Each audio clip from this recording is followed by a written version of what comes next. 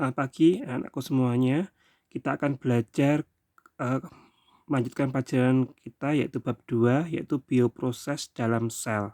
Kita akan membahas khususnya adalah tentang transport membran. Bioproses dalam sel adalah semua proses reaksi kimia dan biologi kehidupan yang terjadi atau berlangsung di dalam tubuh sel sehingga menghasilkan produk yang membuat sel tetap hidup dan berkembang.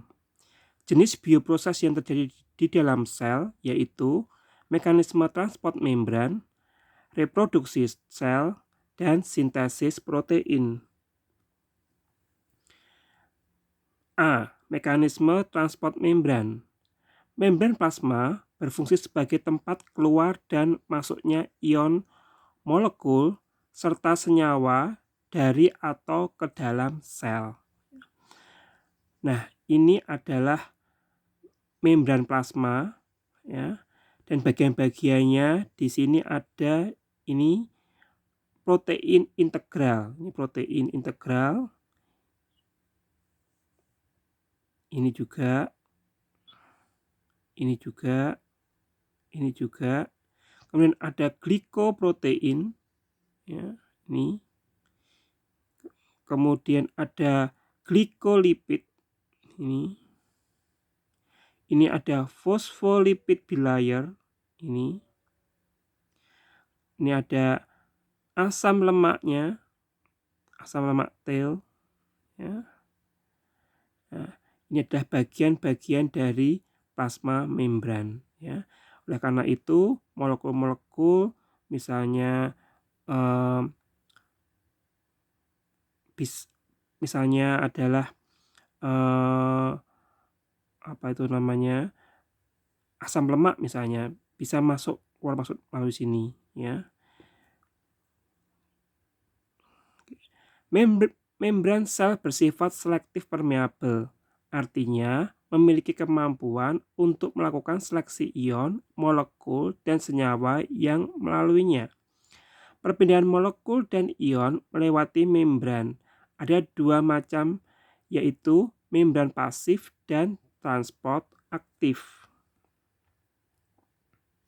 Nah, ini adalah mekanisme transport membran ya.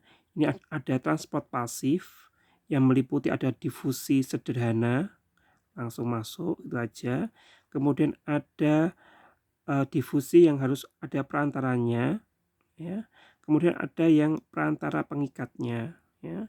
Kemudian yang ini adalah transport aktif. Nah, saat ini bisa masuk ke dalam sel kalau ada energi ATP, energinya ya.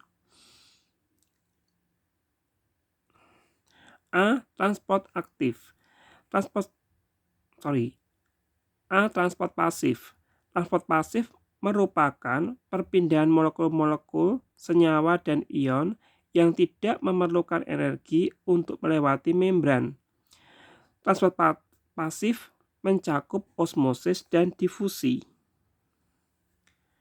Osmosis adalah perpindahan pelarut, misalnya air, melalui membran selektif permeabel dari konsentrasi pelarut tinggi atau hipotonik menuju konsentrasi pelarut rendah atau hipertonik.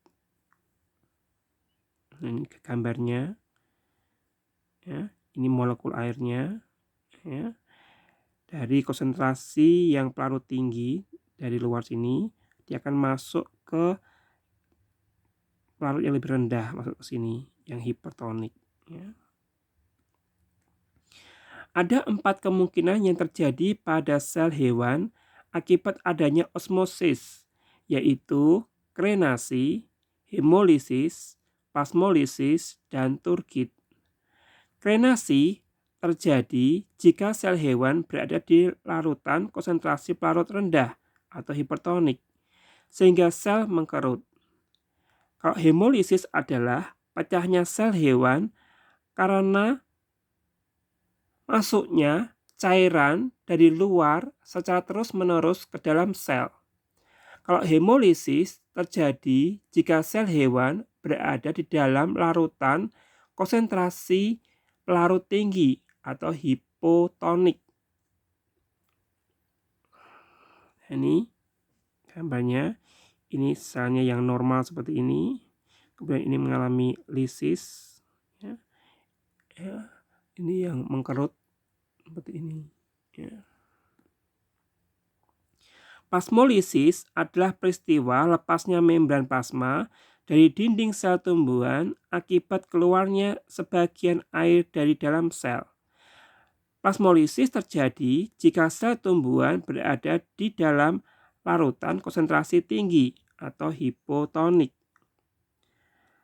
Sedangkan turgid adalah pembengkakan sel tumbuhan karena masuknya cairan dari luar ke dalam sel. Turgid terjadi jika sel tumbuhan berada dalam larutan berkonsentrasi pelarut rendah. Oke, sampai sini dulu. Lanjutkan nanti.